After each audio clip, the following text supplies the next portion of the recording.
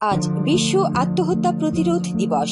2003 সাল থেকে প্রতি বছর 10 সেপ্টেম্বর দিবসটি পালিত হয়ে আসছে।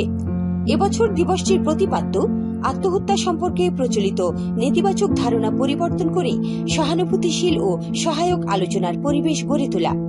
Centre for injury prevention and research বাংলাদেশের একটি জরিপে দেখা যায় 2023 সালে বাংলাদেশে 20,505 জন আত্মহত্যা করেছেন। প্রতিদিন গড়ে 56 জন দেশের কোথাও না কোথাও আত্মহত্যা করেছে।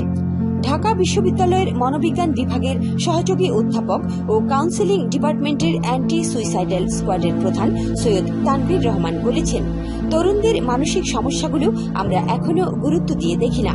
ক্যাম্পাসে শিক্ষার্থীরা স্ট্রেস, প্রেম ঘটিত সমস্যা কিংবা ক্যারিয়ার নিয়ে হতাশায় ডুবে থাকে, কিন্তু সাপোর্ট সিস্টেম দুর্বল হওয়ায় তারা একা হয়ে পড়ে। মনোবিজ্ঞানী ডক্টর ফারজানা ইসলাম বলেন, যুব সমাজ এখন আগের চেয়ে অনেক বেশি সংবেদনশীল।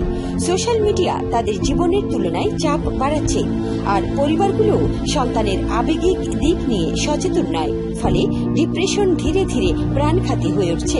মানসিক রোগ বিশেষজ্ঞ ডাক্তার মেঘলা সরকার বলেন, আত্মহত্যা একটি স্বাভাবিক মানসিক প্রক্রিয়ার বাইরে গিয়ে নেওয়া সিদ্ধান্ত। সাধারণত মানসিক রোগ, বিশেষ করে বিষণ্ণতা, সিজোফ্রেনিয়া বা মাদকাসক্তির মতো সমস্যায় আক্রান্তদের মধ্যে আত্মহত্যার প্রবণতা বেশি দেখা যায়। তরুণদের ক্ষেত্রে আবেগ নিয়ন্ত্রণে দুর্বলতা ও তাৎক্ষণিক সিদ্ধান্ত গ্রহণ বড় ভূমিকা রাখে।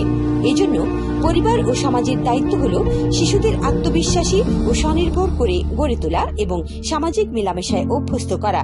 তিনি আরো বলেন, স্কুল কলেজে প্যারেন্টস মিটিংয়ে মানসিক স্বাস্থ্য বিষয়ক সচেতনতা কার্যক্রম, ক্লিনিক্যাল সাইকোলজিস্টদের অন্তর্ভুক্তি এবং প্যারেন্টিং প্রশিক্ষণ জরুরি।